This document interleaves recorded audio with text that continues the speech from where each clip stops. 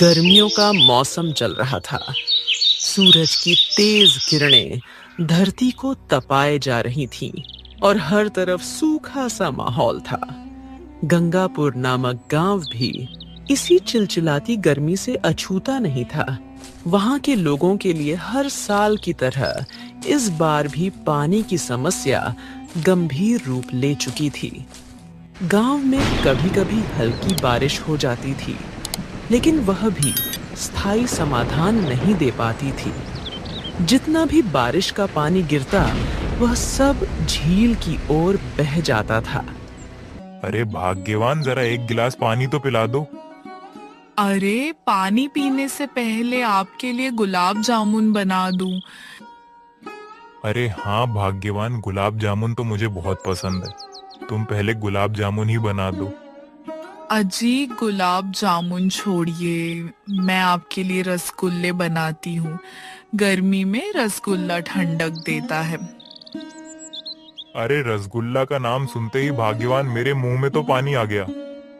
तो एक काम कीजिए, आप यही पानी पी लीजिए।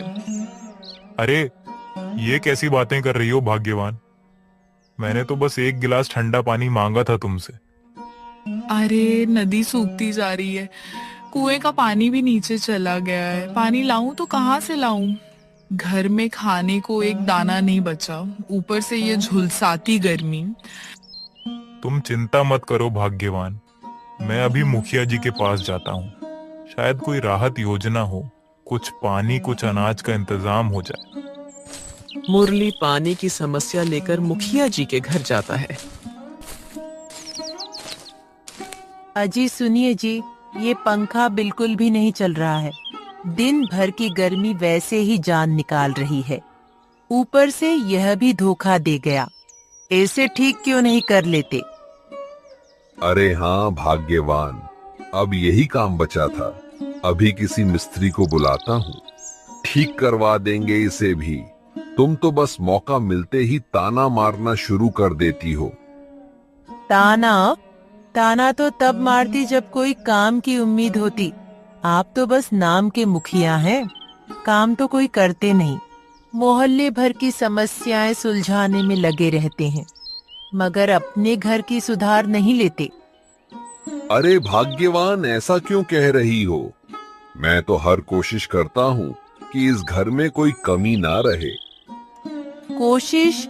एक पंखा तक तो ठीक नहीं करवा सके इतने दिन से। 2 हफ्ते हो गए बोलते हुए कि करवा दूंगा, और आज तक वही हालत है। अब तो यह पुराना हाथ का पंखा ही मेरा सबसे अच्छा साथी बन गया है। अच्छा ठीक है, अब ज्यादा सुनाओ मत। मैं अभी जाकर रामू मिस्त्री को बुलाता हूँ। वो नया लड़का है, अच्छी तरह से इलेक्ट्रॉनिक्स ठीक कर लेता है। तभी मुरली मुखिया जी के घर आता है।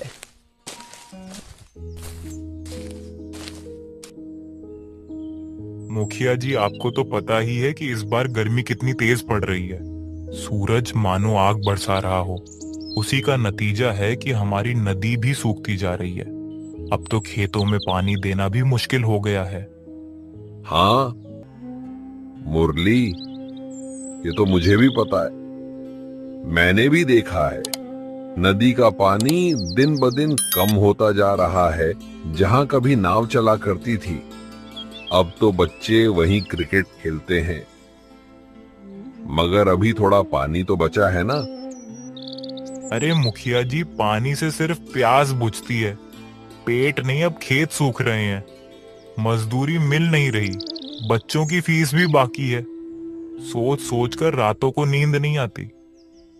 मुरली, मैं समझ सकता हूं तेरी परेशानी।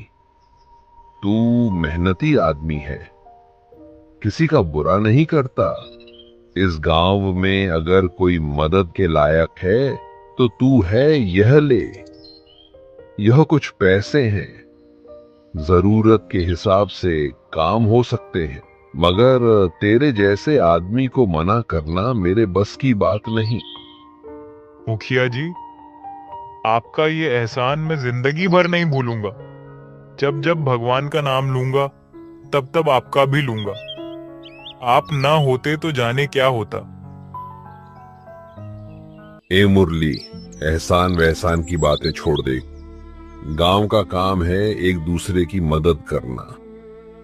बस एक बात याद रखना, जब हालात सुधरे तो जरूरतमंद की तू भी मदद करना। यही असली इंसानियत है। इसी गांव में सेठ लाल सिंह रहता था अपनी पत्नी सरला के साथ। सुनिए जी, इस बार गर्मी कोई मामूली नहीं है। घर में बैठना भी मुहाल हो गया है। अब तो कुछ नहीं सुनना है मुझे। इस बार आप घर में ऐसी लगवा दीजिए। अरे भाग्यवान, तुम्हें तो पता है कि अब मैं सेठ सिर्फ नाम का रह गया हूं। पहले तो लोग मुझसे उधार मांगने आते थे। अब तो हाल यह है कि मैं खुद उधार मांगने की सोच रहा हूं। पैसा तो जैसे घर छोड़कर भाग गया हो और कोई काम भी ऐसा नहीं बचा जिसे करूं और कुछ कमा लूं। काम करने की तरकीब मैं बताती हूँ आपको। आप सुनिए ध्यान से। अच्छा हाँ, बताओ भाग्यवान, अब तुम ही कोई रास्ता सुझाओ। देखिए, गांव में जो नदी है ना, उसमें अब बस थोड़ी सी पानी बची है।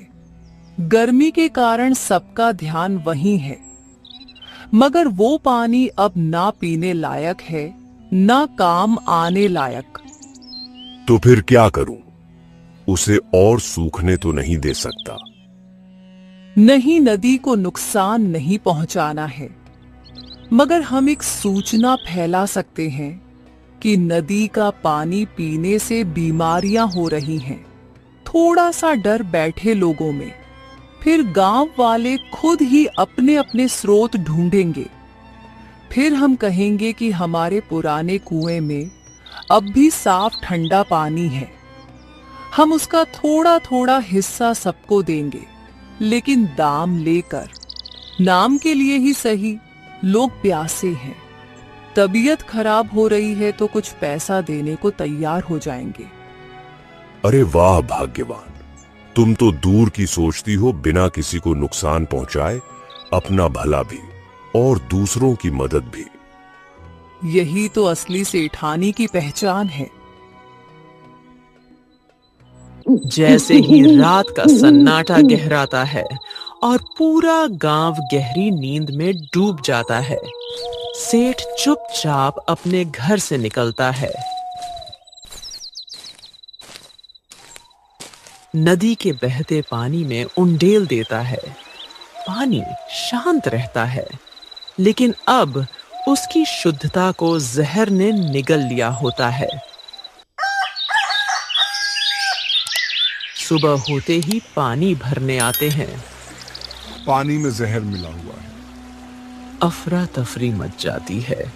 सब लोग डर और चिंता से भर जाते हैं। अरे मुरली भाई, बड़ी आफत आ गई है। अब तो पानी में भी जहर मिल गया है। सोचो जरा, अगर हम यही पानी पीते रहे तो पूरा गांव बीमार पड़ जाएगा। हाँ बिरजू, यही तो मैं भी सोच रहा हूँ। अब इस पानी को पीना तो नामुमकिन है। ना जाने किसने और क्यों ऐसा किया, हमारी समझ में कुछ नहीं आ रहा है। करें तो करें क्या? एक काम करते हैं मुरली, चलो सीधे मुखिया जी के पास चलते हैं। उन्होंने भी सुना है इस बारे में कुछ, शायद उन्होंने कोई उपाय निकाला हो या प्रशासन को खबर दी हो। तुम बिल्कुल ठीक कह रहे हो भाई। अगर कोई हमारी मदद कर सकता है तो वह मुखिया जी ही हैं। चलो देर ना करें, अभी चलते हैं उनके घर। शायद वहां पहुंचकर कुछ हल निकले इस मुसीबत का। मुरली और बिरजू दोनों मुखिया जी के घर जाते हैं मदद मांगने के लिए। मुखिया जी, गजब हो गया। यह तो कोई बहुत बड़ी साजिश लगती है। किसी ने नदी के पानी में जहर मिला दिया है। अब तो पूरा गांव प्यास से तड़प रहा है। बच्चों को बुखार चढ़ गया है। बूढ़े बुजुर्ग बेहाल हैं। अब आप ही हैं जो हमारी मदद कर सकते हैं। हाँ मुखिया जी, अगर समय रहते कुछ नहीं किया गया तो हालत बहुत बिगड़ जाएगी। हम लोग कहां से पानी लाएं? कुएं तो सूख चुके हैं और नदी तो अब जहर बन चुकी है।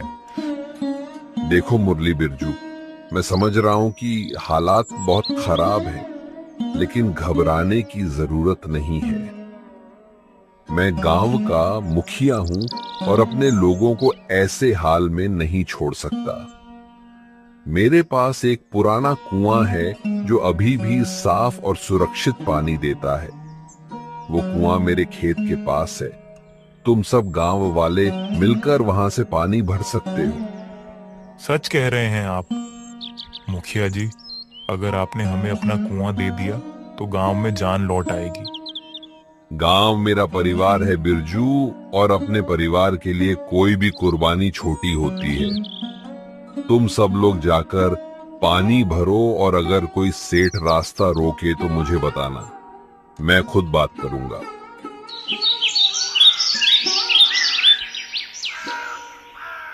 गांव वाले सभी लोग मुखिया जी के कुएं से पानी भरने लगते हैं, लेकिन भीषण गर्मी और लू के कारण कुएं का जलस्तर दिन ब दिन घटता जाता है। गांव के इकलौते स्रोत पर जब चारों ओर से लोगों का दबाव बढ़ता है तो कुछ ही दिनों में कुएं का पानी पूरी तरह सूख जाता है। लोग खाली बर्तन लिए इधर उधर भटकते हैं। प्यासे बच्चे और बूढ़े आसमान की ओर टकटकी लगाए बादलों की राह देखने लगते हैं। अब तो हमारे अपने कुएं में भी एक बूंद पानी नहीं बची। खेत सूख चुके हैं, जानवर बेहाल हैं और गांव वाले तो दिन रात प्यासे भटक रहे हैं। मुरली, जितनी मेरी औकात थी मैंने तुम्हारी और बाकी गांव वालों की मदद की, लेकिन अब मेरे बस में कुछ नहीं बचा। तो फिर मुखिया जी अब क्या करें? बच्चे बिलख रहे हैं, बूढ़े तड़प रहे हैं, औरतें दिन भर पानी की एक बूंद के लिए दूर दूर तक भटक रही हैं। एक ही रास्ता बचा है। सेठ जी का कुआं सुना है, वहां पानी आज भी लबालब भरा है। हाँ, वो अमीर हैं, रसूख वाले हैं, मगर आखिर हम भी तो इसी गांव के वासी हैं। अगर मिलकर विनती करें तो शायद वह हमारी पीड़ा समझे। तो चलिए मुखिया जी, पूरे गांव को एक साथ ले चलते हैं सेठ जी के पास। हम दया नहीं, इंसानियत की उम्मीद लेकर जाएंगे। अगर आज भी गांव वाला गांव वाले के काम न आए तो फिर किसका भरोसा करें? ठीक है गांव वालों, अगर तुम सब तैयार हो तो आज ही अभी इसी वक्त हम सब मिलकर सेठ जी के दरवाजे पर चलेंगे, उनके सामने अपनी हालत रखेंगे। और हाँ, ये मत भूलना, हम मजबूर जरूर हैं, मगर बेइज्जत नहीं।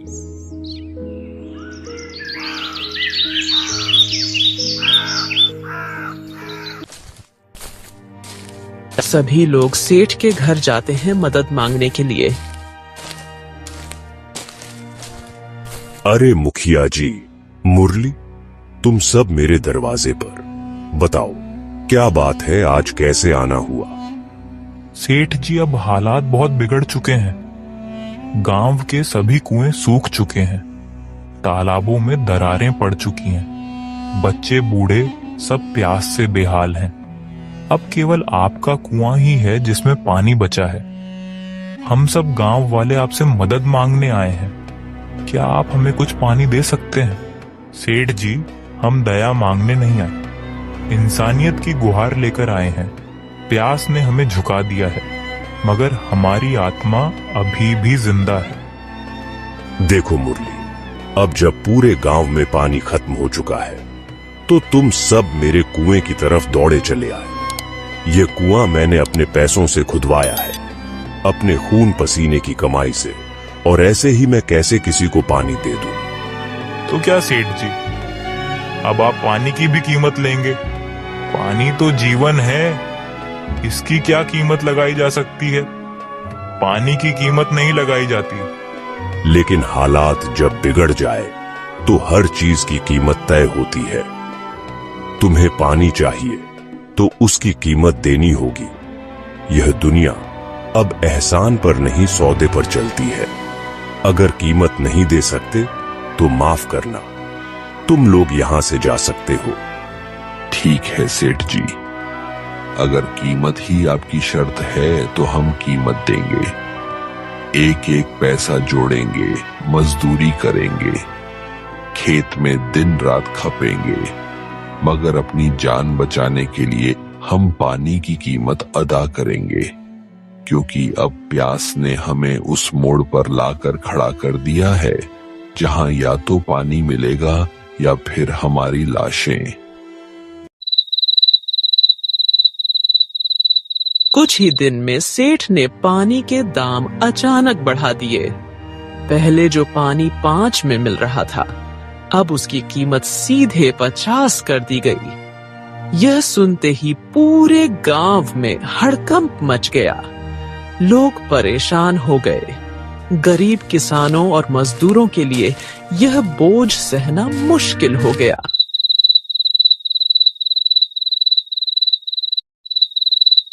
अरे भाग्यवान, तुम्हें क्या बताऊं। तुम्हारे दिमाग की बदौलत तो मैंने अब तक इतने पैसे कमा लिए हैं कि खुद मुझे यकीन नहीं हो रहा। कुएं का पानी बेच बेच कर जो आमदनी हुई है, उससे तो अब हालात ही बदल गए हैं। अब अगर इसी तरह चलता रहा तो एक दिन हम लोग बस नामी अमीरों की लिस्ट में होंगे। हाँ, वही वाली जिसमें लोग हाथ जोड़कर सलाम करते हैं। क्यों ना होंगे? तरीका जो मैंने बताया था तुम्हें, वरना तो तुम तो बस वहीं बैठे रहते, खाली हाथ मलते रहते और सोचते रहते कि अब क्या करें, कैसे करें। मैंने ही तो कहा था कि दिमाग लगाओ, मौके का फायदा उठाओ। हाँ हाँ, भाग्यवान मान गया। तुम्हारा आइडिया तो सोने पर सुहागा निकला। तुमने तो जैसे मेरे नसीब के दरवाजे ही खोल दिए। अब देखना, कुछ ही दिनों में तुम्हारे लिए एकदम शानदार एसी लगवा दूंगा, वो भी वाला जो रिमोट से चलता है, बिना आवाज के ठंडी हवा देता है। अच्छा, और सुनो, इसी के साथ साथ मेरी एक और बात याद रखना। मेरे नाम की एक जमीन भी लेकर डाल देना। देखो, जमाना बदल रहा है और अब जमीन में ही असली दाम ले लूंगा। क्यों नहीं लूंगा? अब जब किस्मत भी हमारे साथ है और तुम्हारा दिमाग भी मेरे पास है, तो जमीन क्या चाहे तो एक बंगला भी बनवा दूं। अब हम रुकने वालों में से नहीं है। अब तो सीधा ऊंची उड़ान भरनी है। अरे मुरली, अब तो जमींदार की मनमानी हद से पार हो गई है। दिन ब दिन पानी के दाम ऐसे बढ़ा रहा है जैसे कुएं में पानी नहीं सोना भरा हो। अगर ऐसे ही चलता रहा ना, तो हम गरीब तो पानी के बिना ही तड़प तड़प कर बर्बाद हो जाएंगे। खेत सूख जाएंगे, मवेशी प्यासी मर जाएंगी और गांव का नामो निशान मिट जाएगा। मुखिया जी, मैं आपकी चिंता समझता हूँ, पर अब बैठकर रोने से कुछ नहीं होगा। हमें कुछ करना ही पड़ेगा और मेरे पास एक तरकीब है, एक ऐसी चाल जो अगर सही चली तो उस सेठ को उसकी औकात याद आ जाएगी। बस आपको मेरा साथ देना होगा। क्या बात कह रहा है मुरली? तू कोई रास्ता निकाल सकता है? अब तो आज भी तू ही है। पता क्या करना होगा? चाहे जो भी हो, मैं तैयार हूं गांव वालों का पेट। पानी से भरे बिना मैं चैन से नहीं बैठ सकता। मुरली मुखिया को अपनी तरकीब बताता है।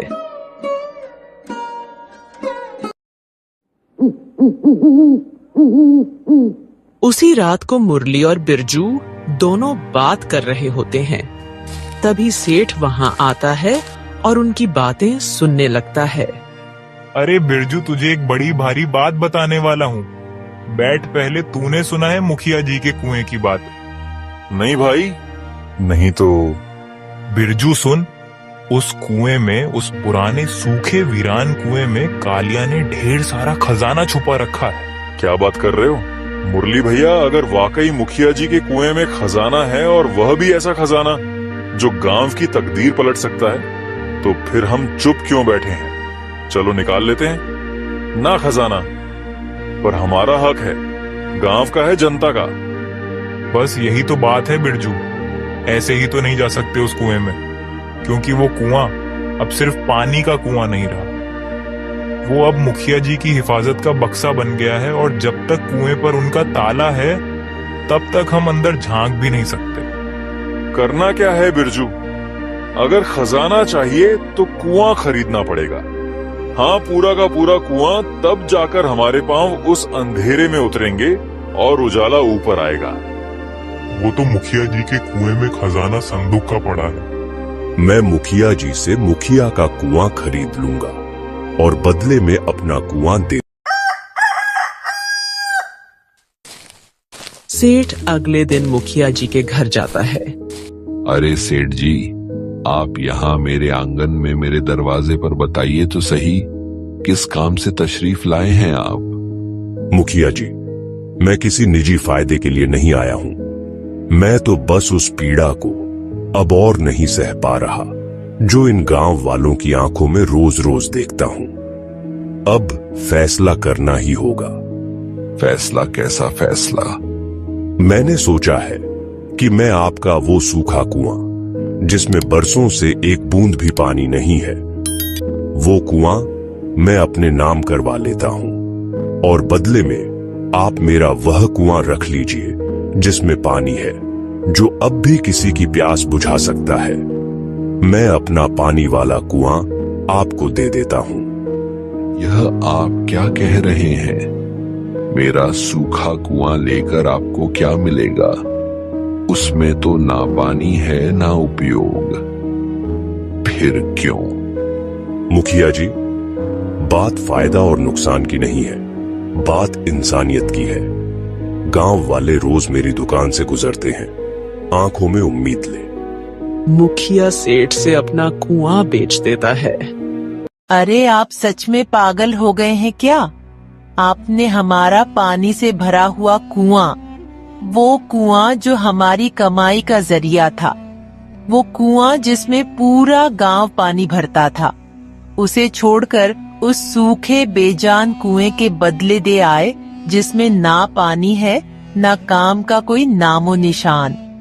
भाग्यवान जो तुम सोच रही हो वैसा कुछ नहीं है। वो कुआं सुख का नहीं, असल में बहुत गहरा कुआं है और उसमें छुपा है कुछ ऐसा जो हमारी किस्मत बदल सकता है। किस्मत बदल सकता है वो सूखा कुआं जिसमें एक बूंद पानी नहीं, उसे तुम्हें क्या मिल जाएगा? सुनो, मैं यह सब यूं ही नहीं कर रहा। मैंने कल मुरली और बिरजू को बात करते हुए सुना। वो दोनों कह रहे थे कि उस सूखे कुएं में कालियां चोर ने बहुत साल पहले एक खजाना छुपाया था। लेकिन वो कोई सोने चांदी का खजाना नहीं बल्कि दुखों का खजाना है। सेठ आधी रात को अपने घर से निकलता है और कुएं की ओर बढ़ता है। वह जैसे ही कुएं के अंदर जाता है, उसे कोई खजाना नहीं मिलता। तभी वहां पर मुखिया जी और मुरली आ जाता है।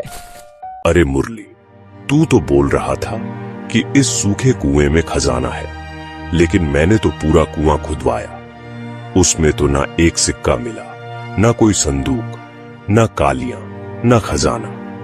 तूने तो मुझे धोखा दे दिया मुरली। मैंने अपने पानी से भरे कुएं के बदले यह बंजर गड्ढा ले लिया। सेठ जी, पहले तो एक बात समझ लीजिए, जो आदमी इतनी आसानी से अपना कुआं दे दे वह या तो पागल होता है या बहुत चालाक। आपका कुआं भरा था, पानी से नहीं, लालच से आप उस पानी से पैसे कमाते थे। आपके बढ़ते दामों की वजह से गांव के गरीब लोग अपनी रिश्तेदारी, बीमार माँ बाप, बच्चों की पढ़ाई सब कुछ गंवा रहे थे। तो तूने मेरा मजाक उड़ाया मुरली, तूने मेरा भरोसा तोड़ा। नहीं सेठ जी, मैंने आपको बेवकूफ नहीं बनाया, क्योंकि जो खुद अपनी लालच में डूबा हो उसे बेवकूफ बनाने की जरूरत नहीं पड़ती। आप खुद ही अपने लालच में फंस गए। तो अब क्या? अब मेरा कुछ नहीं बचा? हाँ सेठ जी, जो पानी ऊपर वाले ने सबको बराबर दिया है उसे कोई आदमी पैसे में नहीं तोल सकता। आपने तो उसे भी व्यापार बना दिया। सेठ जी धीरे धीरे जमीन की ओर देखता है, फिर सिर उठाकर आंखों में पश्चाताप लिए मुरली की ओर देखता है। मुरली, मुझे माफ कर दे बेटा। आज मुझे समझ में आया कि मैंने कितना बड़ा गलत काम किया। पानी को बेचकर गांव वालों की प्यास को मोहरा बनाकर मैंने इंसानियत को ठेस पहुंचाई है। मुखिया जी, अगर आप इजाजत दें तो मैं फिर से वह कुआं वापस लेना चाहता हूं, लेकिन इस बार सिर्फ अपने लिए नहीं बल्कि पूरे गांव के लिए। ठीक है? सेठ जी, अगर आपकी नीयत अब साफ है तो मैं वो कुआं आपको ही वापस देता हूं, लेकिन याद रखिए अब वो कुआं सिर्फ आपका नहीं है, पूरे गांव का है और आप सिर्फ उसके जिम्मेदार होंगे, मालिक नहीं। सेठ जी को जब अपना कुआं वापस मिल जाता है तो इस कहानी से हमें यह महत्वपूर्ण सीख मिलती है कि पानी प्रकृति का अमूल्य उपहार है, जिसे कभी भी पैसों से नहीं तोला जा सकता। हमें यह समझना चाहिए कि पानी केवल एक साधारण संसाधन नहीं बल्कि जीवन का